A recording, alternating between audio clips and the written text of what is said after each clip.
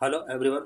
This is today's the Hindu newspaper analysis session in which we will discuss important issues and events which have national and international importance for civil services and other state pieces examination. Today we will discuss mainly four issues. The first issue is a panoramic view of 2024 China Africa summit. In this article we will discuss about forum of China African summit of 2024, and the second issue is UAE-India ties are rooted in affinity, trust, and respect. In this article, we will discuss about India-UAE relationship. The third issue is understanding ovarian cancer, its causes, symptoms, and screening methods. In this article, we will discuss various causes, symptoms, and screening methods of ovarian cancer. And fourth issue is SpaceX mission launches all civilian crew for first private spacewalk in orbit. In this article, we will discuss about first private spacewalk mission. So let's discuss all the issues. A panoramic view of 2024 China Africa Summit. This issue covers the UPSC syllabus, some important topics related to this article, GS paper 2, grouping and agreement involving India or affecting India's interest, India and its neighborhood. Why in news? China is hosting the ninth forum on China-Africa Cooperation Summit, a diplomatic event aimed at strengthening ties with African nations. China Forum on China-Africa Cooperation (FOCAC) Summit. It means ninth summit China hosting कर रहा है, और ये जो hosting है ये China और African nations के बीच जो टाइज हैं उसको स्ट्रेंथन करने के लिए एक इम्पोर्टेंट रोल प्ले करेगा. About Forum on China-Africa Cooperation (FOCAC). FOCAC was established in 2000 to formalize the strategic partnership between China and African nations. Its summit is conducted every three years with the host alternating between China and African members. FOCAC forum on China Africa cooperation 2000 में establish किया गया था. China और African nations के बीच strategic partnership को formalise करने के लिए इसको इस्टेब्लिश किया गया था. एवरी 3 इयर्स में इसका समिट कंडक्ट किया जाता है और चाइना और अफ्रीकन मेंबर्स इसके समिट को होस्टिंग करते हैं. Forum on China-Africa Cooperation has 53 African nations as its members, the entire continent except Eswatini, which has diplomatic ties with Taiwan against Beijing's one nation policy. African continent के about 53 nations forum on China African cooperation के member हैं, but one country Eswatini इस grouping का member नहीं है, और ये Taiwan के साथ डिप्लोमेटिक रिलेशन रखता है बिकॉज एस्टविनी कंट्री कहीं ना कहीं चीन के अगेंस्ट है. चीन का जो पॉलिसी है वन चाइना पॉलिसी इसके अगेंस्ट है. इस वजह से एस्टविनी फोकेक का मेंबर नहीं है. The African Union Commission, the continental bloc tasked with ensuring cooperation and economic integration across its member countries, is also a member. African union commission ये एक अफ्रीकन यूनियन का एक कॉन्टिनेंटल ब्लॉक है जिसको इस फोरम की कोऑपरेशन एंड इकोनॉमिक इंटीग्रेशन की responsibility दी गई है, और ये कहीं ना कहीं फोकेक का भी एक मेंबर कंट्री है. The theme this year summit is joining hands to advance modernization and build a high-level China-Africa community with a shared future. इस ईयर चाइना के अंदर जो समिट हुआ है इसका theme joining hands to advance modernization and build a high-level China-Africa community with a shared future, ये इसका theme रहा है. The recent summit is expected to address state governance, agricultural upgradation, industrialization, improved cooperation on China's infrastructure financing via Belt and Road initiatives. Recent summit जो हुआ है इसमें various issues को solve करने की कोशिश की गई, स्पेशली स्टेट गवर्नेंस से related, agricultural upgradation, industrialisation and African nations के अंदर बेल्ट एंड रोड इनिशिएटिव के थ्रू इंफ्रास्ट्रक्चर फाइनेंसिंग को यहाँ पर इम्प्रूव करने के लिए कोऑपरेशन किया गया. कुछ एग्रीमेंट यहाँ पर चाइना की तरफ से किए गए. What is China's current engagement with Africa. Currently Africa के साथ चाइना इंडिया के एंगेजमेंट क्या क्या रहे हैं. India Africa Forum Summit IAFS. The IAFS aimed at strengthening ties between both has not been held since 2015. The COVID-19 pandemic delayed the fourth summit initially planned for 2020.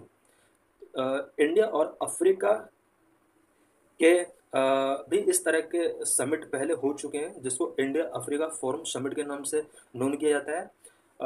इससे पहले यहाँ पर 3 summits हो चुके हैं 2015 तक, बट फोर्थ समिट 2020 में होने वाला था। कोविड-19 पैंडेमिक की वजह से इसको डिले कर दिया गया। सम करंट इनिशिएटिव्स, कुछ करंट इनिशिएटिव्स भी इंडिया और अफ्रीका के द्वारा या इंडिया की तरफ से यहाँ पर लिए गए। साथ में अफ्रीका की तरफ से भी इंडिया के साथ अपने टाइज को स्ट्रेंथ करने के लिए कुछ इनिशिएटिव्स फॉरवर्ड किए गए। Number 1, the 2018 guiding principal for Africa focus on prioritising African Indian foreign policy and promoting digital innovation, trade and climate cooperation. Indian foreign policy के अंदर अफ्रीका के लिए कुछ प्रिंसिपल्स 2018 में सेट किए गए हैं, जिसमें अफ्रीकन नेशंस के अंदर digital innovation, trade and climate cooperation को प्रोमोट करने से रिलेटेड यहाँ पर कुछ इश्यूज को यहाँ पर फिक्स किया गया था। Number 2, African union has been made a permanent member of G20 during India 2030 G20 presidency. G20 presidency last year India के द्वारा किया गया था। उस टाइम पर अफ्रीकन यूनियन को G20 का मेंबरशिप यहाँ पर दी गई। इट मीन्स इंडिया के द्वारा ये इनिशिएटिव लिया गया ताकि अफ्रीकन कंट्रीज के साथ इंडिया के टाइज को स्ट्रेंथ किया जा सके। Number 3, since the G20 presidency, India has been hosting the Voice of Global South Summit, which stress on participation of all African countries. India का G20 प्रेसिडेंसी के time से इंडिया कहना कि वॉइस ऑफ ग्लोबल साउथ को host कर रहा है। It means India global south summit का एक वॉइस के रूप में जाना जा रहा है और इंडिया का ये पूरा स्ट्रेस है कि वो ज़्यादा से ज़्यादा अफ्रीकन कंट्रीज को यहाँ पर पार्टिसिपेट करें। 3 editions of the VOGSS Voice of Global South Summit have been held so far during and after India's G20 presidency. G20 presidency के during and after अब तक about voice of global south summit about 3 editions इसके held हो चुके हैं। Number 4, security and defence. The India Africa defence dialogue highlights India's commitment to security cooperation. India and Africa के बीच में कुछ डिफेंस डायलॉग भी हो चुके हैं। ये कहीं ना कहीं इंडिया की कमिटमेंट को शो करता है सिक्योरिटी को लेकर दोनों कंट्रीज के बीच में। Number 5, economic relation. India is fourth largest trading partner for Africa with a bilateral trade off about $100 billion and investment of more than $75 billion. India Africa के लिए फोर्थ लार्जेस्ट ट्रेडिंग पार्टनर है। दोनों countries के बीच bilateral trade about $100 billion से over हो चुका है। Investment दोनों कंट्रीज का जो हो चुका है वो $75 बिलियन से ज़्यादा हो चुका है। Number 6, the African Continental Free Trade Agreement open a prospect for a strong economic agreement integration. African continental free trade area agreement जो हुआ है इसने कहीं ना कहीं स्ट्रॉन्ग इकोनॉमिक इंटीग्रेशन के लिए प्रोस्पेक्ट को ओपन किया है। Number 7, our country India is the first developing country to provide non reciprocal duty free market access to least developed countries through its duty free tariff preference scheme. India ने duty free tariff preference scheme के under least developed countries, specially इसमें African continent के जो list developed countries हैं उन्हें India के अंदर non reciprocal duty free market develop करने के लिए यहाँ पर प्रोविजन किए हैं।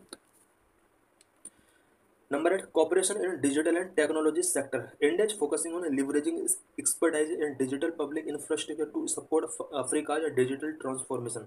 अफ्रीका के अंदर डिजिटल ट्रांसफॉर्म करने के लिए इंडिया डिजिटल पब्लिक इंफ्रास्ट्रक्चर को एक्सपर्टाइज करना चाहता है अफ्रीकन नेशंस के अंदर। What are takeaways from India the list FOCAC summit? Currently China के अंदर जो forum of China Africa cooperation summit हुआ है, इंडिया इससे क्या क्या टेक अवेज कर सकता है। First, consistency in cultivation of Africa eight highest political levels is a must. After holding 3 India Africa forum summits, India posed it's Africa centred conference diplomacy in 2015। Almost a decade has elapsed since then. India को यहाँ पर ये learn करना होगा कि Africa के अंदर उसके जो भी कल्टीवेशन थे उसको कंसिस्टेंसी उसके अंदर रहना चाहिए, और ये पॉलिटिकल लेवल पर इसको हाईएस्ट किया जाना चाहिए। इट मीन्स इंडिया को अफ्रीका के साथ अपने पॉलिटिकल लेवल पर, इकोनॉमिक लेवल पर, डिफेंस लेवल पर अपने जो रिलेशन है उसको स्ट्रोंग करके रखना चाहिए।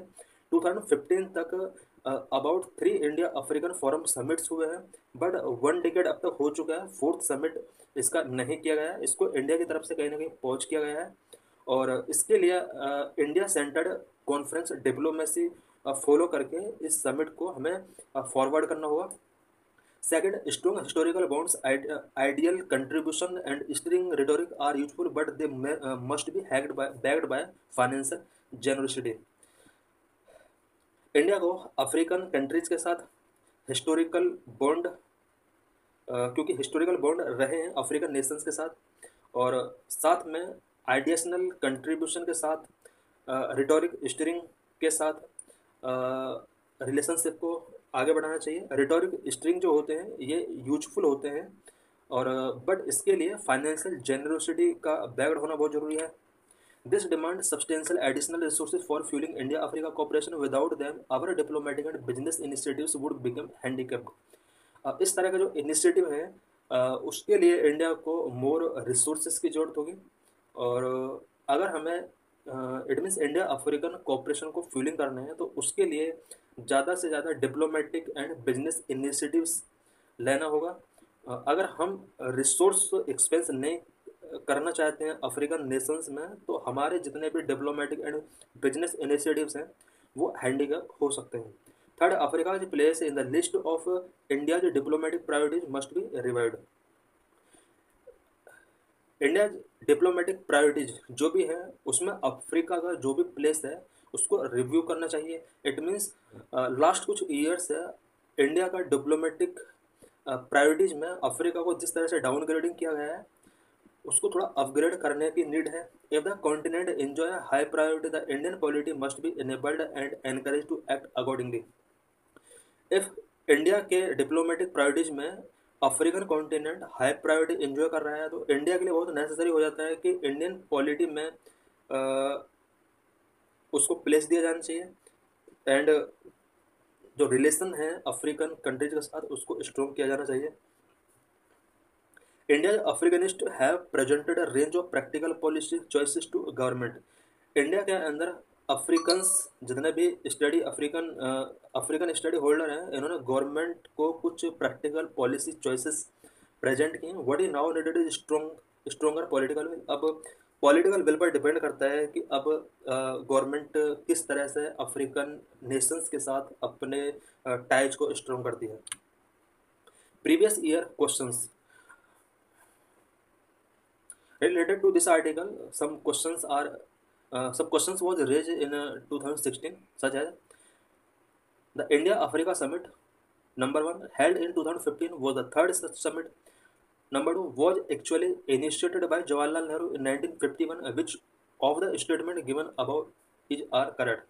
Option A 1 only, option B 2 only, option C both 1 and 2, option D neither 1 nor 2. Answer A only 1. Only A answer is right, because India African third summit was held in 2015. UAE India ties are rooted in affinity, trust and respect. This article relates to some points of UPSC syllabus like international relations, India and its neighborhood, bilateral, regional and international groupings involving India or affecting India's interest, India and West Asia. By news.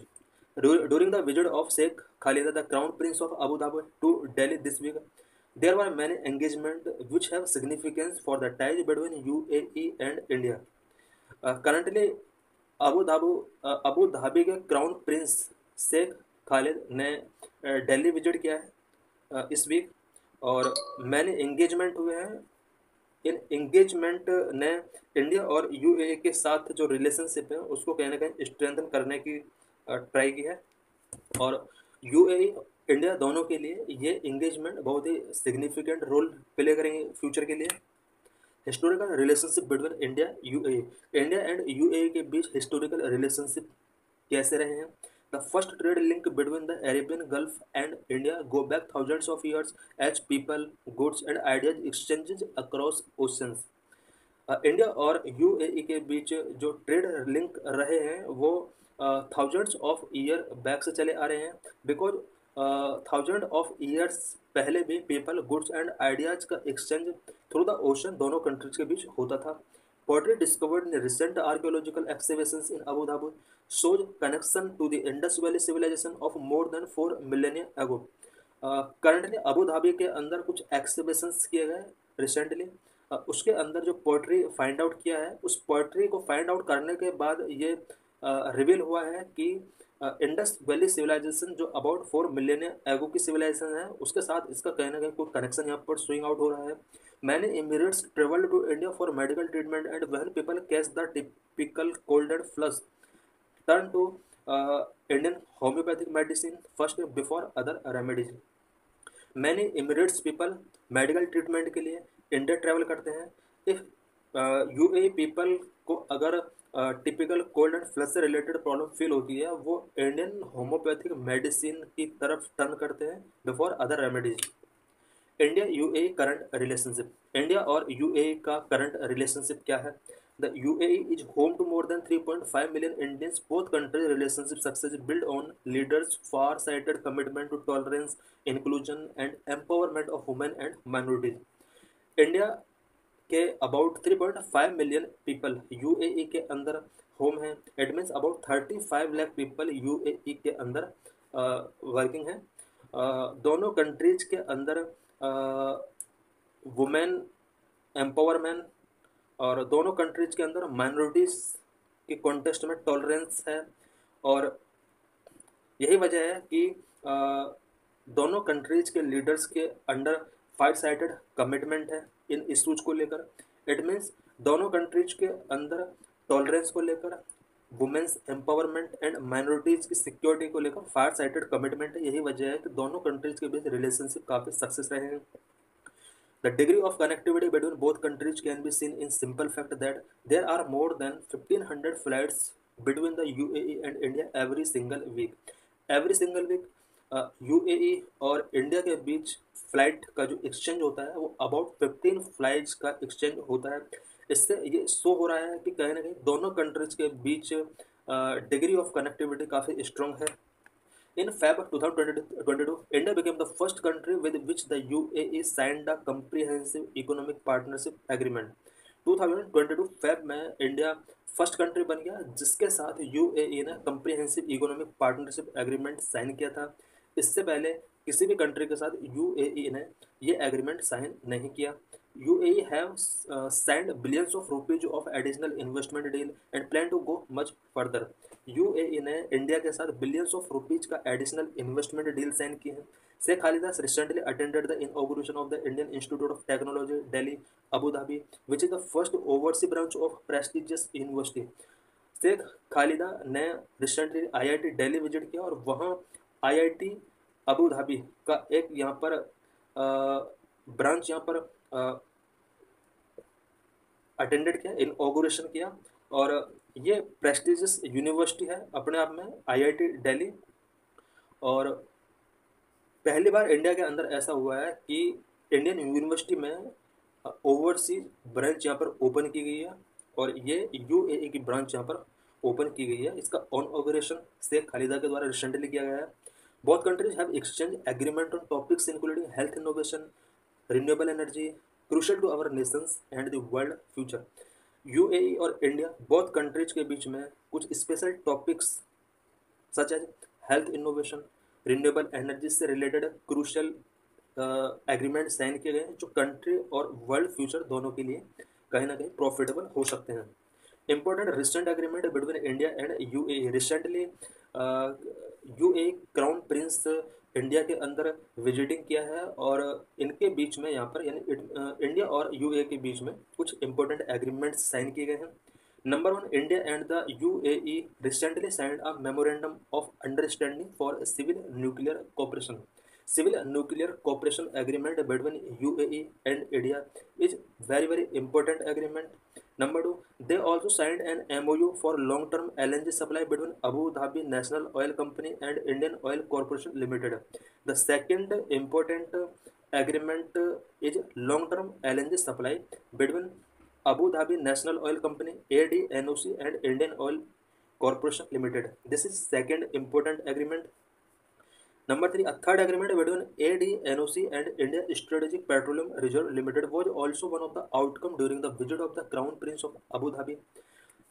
During the visit of Crown Prince of Abu Dhabi, the third agreement was conducted between ADNOC and India Strategic Petroleum Reserve Limited. This agreement is related to petroleum reserve. Fourth, Urja Bharat and ADNOC signed a production concession agreement for Abu Dhabi onshore block. Fourth agreement is related to production concession agreement. Number five, the fifth MOU was between the government of Gujarat and Abu Dhabi Developmental Holding Company on food parks development in India. Fifth agreement was signed related to food park development in India. This agreement was signed between government of Gujarat and Abu Dhabi Development Holding Company. It means PJSCADQ. India and UAE are part of I2U2 grouping that includes Israel and United States, under which food parks in Gujarat and MP were envisaged. I2U2, it is a grouping of four countries. I2 means India and Israel, U2 means UAE and United Nations, and I2U2 groupings is very important because under this grouping, food parks in Gujarat and Madhya Pradesh were envisaged. The food parks related MOU in Gujarat is being viewed as an extension of the grouping. The agreement related to food parks in MP and Gujarat, showing extension of this grouping. What are various questions related to this article for prelims? Which of the following is not a member of Gulf Cooperation Council? This question was asked in 2016 question paper. Answer is A. It means Iran is not member of Gulf Cooperation Council. Gulf Cooperation Council, it have various members like Saudi Arabia is a member of Gulf Cooperation Council. Oman is a member of Gulf Cooperation Council. Kuwait is a member of Gulf Cooperation Council, but Iran is not member of Gulf Cooperation Council. Questions related to means the question of India's energy security constitute the most important part of India's economic progress. Analyze India's energy policy cooperation with West Asian countries. This question relate to this article, especially related to security, energy security. And इस question के अंदर important issues raise किए गए हैं कि India की जो energy policy है वेस्ट एशियन कंट्रीज के साथ, उसको एनालाइज करना है. Understanding ovarian cancer, its causes, symptoms and screening methods. Why news this September during Ovarian Cancer Awareness Month, understanding the cancer's lesser known fact which can lead to earlier detection, personalized treatment and preventing strategies. Because this month, September month, celebrate किया जा रहा है as a ovarian cancer awareness month. और ovarian cancer से related lesser known facts जितने भी हैं उसको अंडरस्टैंड करना चाहिए सो दैट ओवेरियन कैंसर का अर्ली डिटेक्शन किया जा सके, personalise treatment time to time कराया जा सके एंड कुछ प्रिवेंटिव स्ट्रेटजीज फॉलो की जा सके. About ovarian cancer is often called a silent killer because its symptoms are non specific and mimic less serious conditions that lead to late diagnosis and a poor prognosis. Ovarian cancer also known as silent killer because इसके जो symptoms होते हैं वो non specific होते हैं and serious conditions वाले नहीं होते हैं और इसकी वजह से डियाग्नोसिस प्रोसेस लेट होता है. In India ovarian cancer rank among the top 3 cancers contributing to 6.6% of all women's cancers. India के अंदर टॉप 3 कैंसर्स में ओवेरियन टॉप पर है जो कि वुमेन्स के अंदर ओवरऑल कैंसर्स का 6.6% के लिए कंट्रीब्यूट करता है. इट मीन्स वुमेन के अंदर जितने टाइप का कैंसर होता है उसमें ओवरऑल कैंसर जो है इट मीन 6.6% जो कैंसर है वो ओवेरियन कैंसर है। इन 2022 India reported 47,333 new ovarian cancer cases and 32,978 death. These alarming figures highlight the gravity of disease. In year 2022, overall 47,333 new ovarian cancers India के अंदर आइडेंटिफाई किए गए थे and in this year 32,978 death हुआ था due to ovarian cancer and this figure is showing alarming situation in our country. Unlike other cancers, ovarian cancer presents vague symptoms such as bloating, pelvic or abdominal pain, loss of appetite, feeling full quickly, and an urgent or frequent need to urinate. Other signs include indigestion, constipation, back pain, persistent fatigue, weight loss, and postmenopausal vaginal bleeding. There are very symptoms of ovarian cancer such as bloating, pelvic or abdominal pain, loss of appetite, feeling full quickly, and an urgent or frequent need to urine. Some other symptoms including indigestion, constipation, back pain, persistent fatigue, weight loss, and postmenopausal vaginal bleeding. These symptoms are often mistaken for common ailments leading to late diagnosis. Because ये जो symptoms हैं इन्हें ज़्यादातर women common element के तौर पे deal करती हैं जिसकी वजह से ओवेरियन कैंसर का डियाग्नोसिस काफ़ी लेट हो जाता है। 2004 study reported women with ovarian cancer typically experience these symptoms 20 to 30 times a month and which are more severe than those without the disease. Ovarian cancer से पहले 20 to 30 टाइम्स ये symptoms उसका first month में show होते हैं और इन symptoms के base पर ओवेरियन कैंसर से रिलेटेड जो भी वुमेन है उसको अपना ट्रीटमेंट स्टार्ट करा देना चाहिए। Ovarian cancer is not a uniform disease, it is not a uniform disease, it has two main sub types, type 1 and type 2। Type 1 tumours are less common, typically diagnosed at an early stage and have a better prognosis. Type 1 and type 2 में type 1 tumour जो होता है ये latch common होता है, typically early stage पर इसको डियाग्नोज किया सकता है और बेटर प्रोग्नोसिस इसके होते हैं। Type 2 tumour are more common, more aggressive, usually diagnosed at an advance stage and are responsible for most death due to ovarian cancer. Type 2 tumour is more common because it is more aggressive, usually diagnosed as an advance stage and overall जो death होती है ovarian cancer की वजह से वो type 2 tumour की वजह से होती है। Which life style factors are linked to ovarian cancer risk? Ovarian cancer के लिए कौन कौन सा लाइफ स्टाइल इंपॉर्टेंट फैक्टर के तौर पर काउंट किया जाता है? Number 1, certain life style factors are linked to ovarian cancer risk. For example, the use of talcum powder in genital area has long been debated with mixed evidence about its potential link to ovarian cancer. If we talk about certain lifestyle factors, talcum powder used in genital area is an important factor for vaginal cancer because talcum powder have some chemical uh, which can become cause for ovary cancer.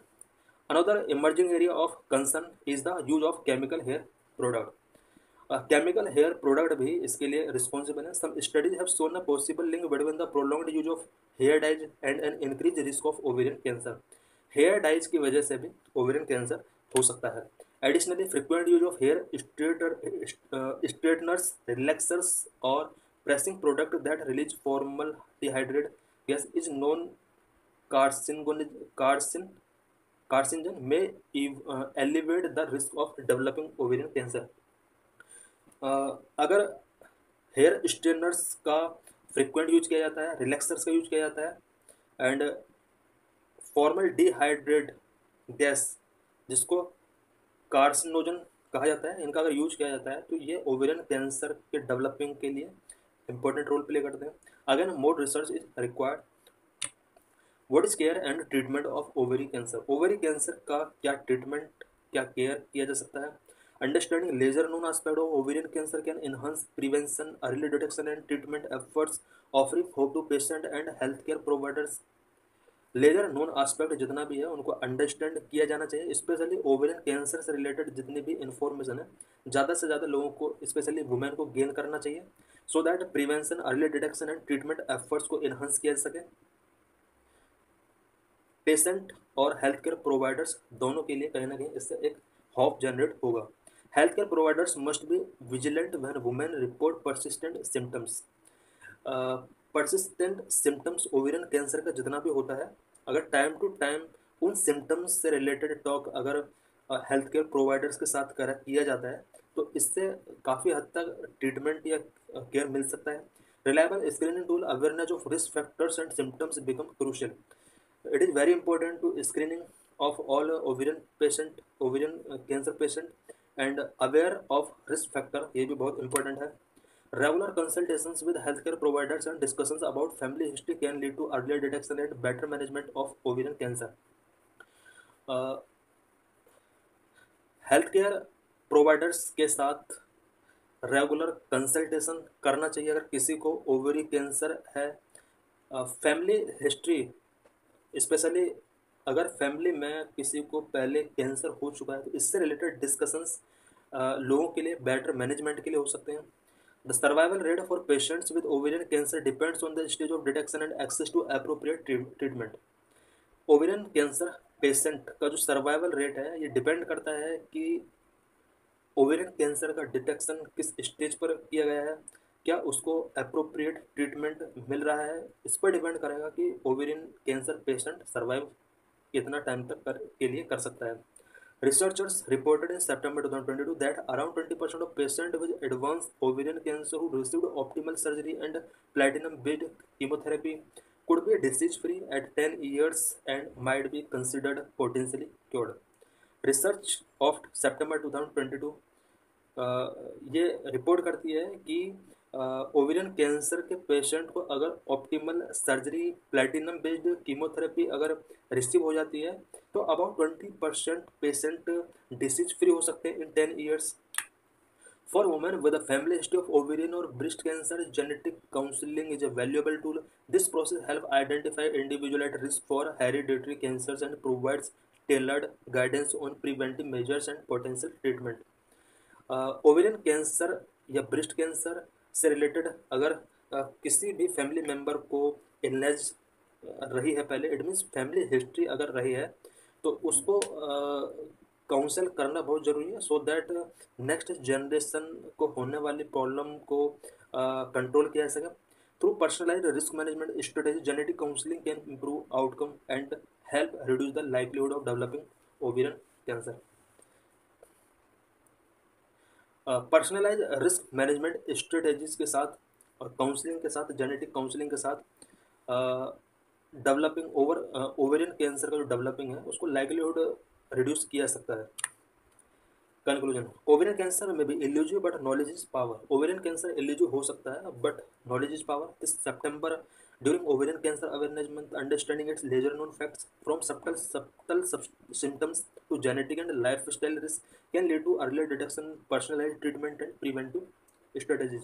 because ये जो month चल रहा है ये ovarian cancer awareness month है। इस month में ज़्यादा से ज़्यादा पीपल, स्पेशली वुमेन को लेजर नोन फैक्ट्स को अंडरस्टैंड करना चाहिए। सबटल सिम्टम्स से लेकर जेनेटिक सिम्टम्स तक सारा उनको अंडरस्टैंड होना चाहिए, सो दैट इस कैंसर का early detection, personalised treatment and preventive strategies में जो भी प्रोसेस है उसको ईजी किया जा सके। Empower yourself and others with this knowledge, it can save life. Yourself empower करना है, अदर्स को भी एम्पावर करना है और नॉलेज को ज़्यादा से ज़्यादा स्प्रेड करना है, सो दैट मोर पीपल का लाइफ यहाँ पर सेव किया जा सके।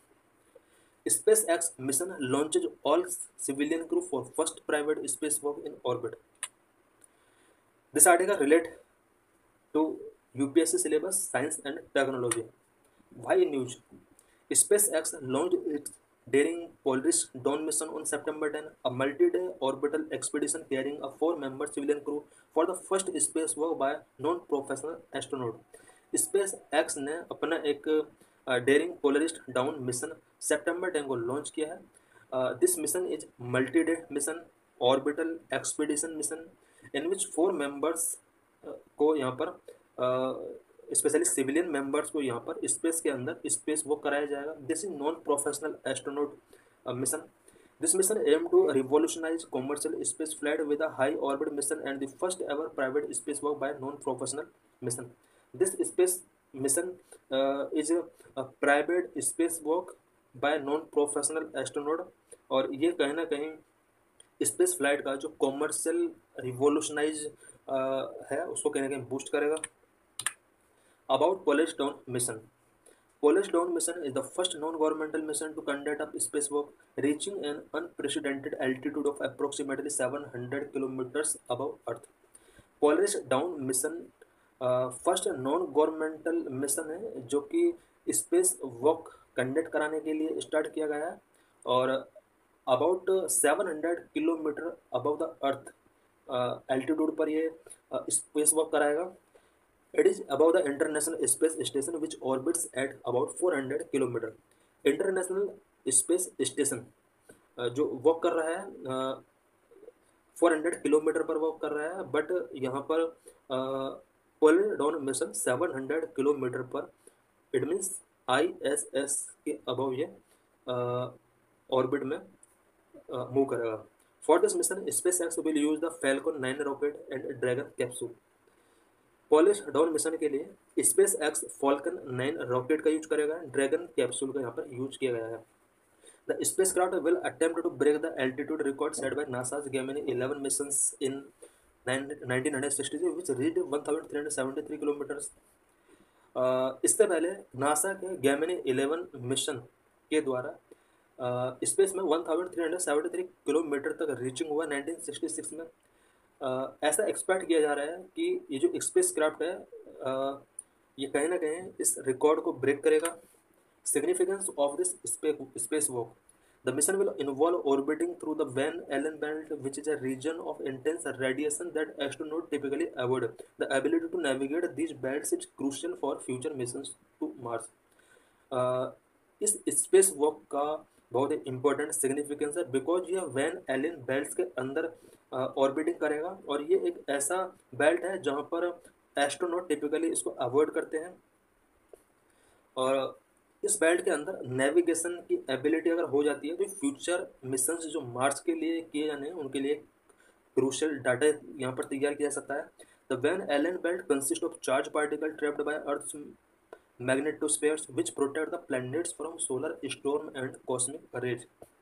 वैन एलन बेल्ट एक चार्ज पार्टिकल्स बेल्ट है जो कि अर्थ को solar storm and cosmic rays से प्रोटेक्ट करती है। Van Allen belt were first identified 1950 by American physicist James Van Allen. Van Allen belt 1958 में first time American physicist James Van Allen के द्वारा डिस्कवर किया गया था। New space suit testing. The 4 astronaut on board will test a new space suit developed by SpaceX. SpaceX के द्वारा जो space suit develop किए गए हैं 4 एस्ट्रोनॉट बिकॉज इस स्पेस क्राफ्ट के अंदर गए हैं तो ये कहीं ना कहीं स्पेस सूट्स का भी यहाँ पर टेस्टिंग करेगा। This suits are design to protect against the heightened radiation found in the Van Allen belt. Van Allen belt के अंदर जो रेडिएशन है उसके अगेंस्ट किस तरह से इन 4 एस्ट्रोनॉट को ये स्पेस सूट प्रोटेक्ट करता है, इससे रिलेटेड यहाँ पर कुछ इंफॉर्मेशन जनरेट की जाएगी। मिशन प्लान हेल्थ रिसर्च से रिलेटेड भी कुछ मिशन यहाँ पर प्लान किए गए। Number 1 biological effect of space travel. Polaris Dawn mission also aims to create research biobank to study how space travels impact human biology including eyesight and brain structures. Some brain effects of space travel भी यहाँ पर research किए जाएंगे और specially Polaris Dawn mission के under research biobank यहाँ पर create किया गया है सो दैट ह्यूमन बॉडी का specially eyesight and brain structures पर स्पेस ट्रैवल का जो भी यहाँ पर इम्पैक्ट पड़ेगा उसको यहाँ पर बायोबैंक रिसर्च के अंदर कलेक्ट किया जाएगा। Number 2, these studies address space flight associated neuro-ocular syndrome, a significant health risk in space. Space के अंदर कोई भी ह्यूमन अगर जाता है तो उसको एक space flight associated neuro ocular syndrome से रिलेटेड प्रॉब्लम हो जाती है। और इसको एड्रेस करने के लिए कुछ स्टडीज इस मिशन के अंडर की जाएंगी। Number 3, decompression sickness. The mission will also contribute to research on decompression sickness, a condition caused by nitrogen gas bubbles damaging human tissue during space flight. Because space flight के time पर कोई भी astronaut जब nitrogen gas bubbles के contact में आता है तो इसकी वजह से ह्यूमन टिश्यूज डैमेज हो जाती हैं। और ये मिशन कहीं ना कहीं इस प्रॉब्लम से रिलेटेड रिसर्च करेगा। Innovation and research in space communication. Testing of laser communications. Crew of this mission will test laser communications provided by SpaceX Starlink satellite network. SpaceX का जो भी स्टारलिंक सैटेलाइट नेटवर्क है उसके through laser communication का testing यहाँ पर किया जाएगा इस मिशन के अंडर। इट मीन्स लेजर कम्युनिकेशन किस तरह से वर्किंग है उससे रिलेटेड टेस्टिंग्स भी इस मिशन के अंडर किए जाएंगे। This technology is vital for future space mission to the moon Mars and beyond. और ये टेक्नोलॉजी कहीं ना कहीं बहुत ही इंपॉर्टेंट होगी फ्यूचर में, स्पेशली मार्स, मून और बियॉन्ड जो मिशंस जानने हैं उसके लिए इंपॉर्टेंट रोल प्ले कर सकता है। Collected data from this mission test will inform the development of advance space communication system. Space communication system को एडवांस करने के लिए, डेवलपमेंट करने के लिए ये टेस्ट जो मिशन के अंदर किए जाने ये एक इम्पोर्टेंट रोल प्ले कर सकते हैं। So thanks for watching this video.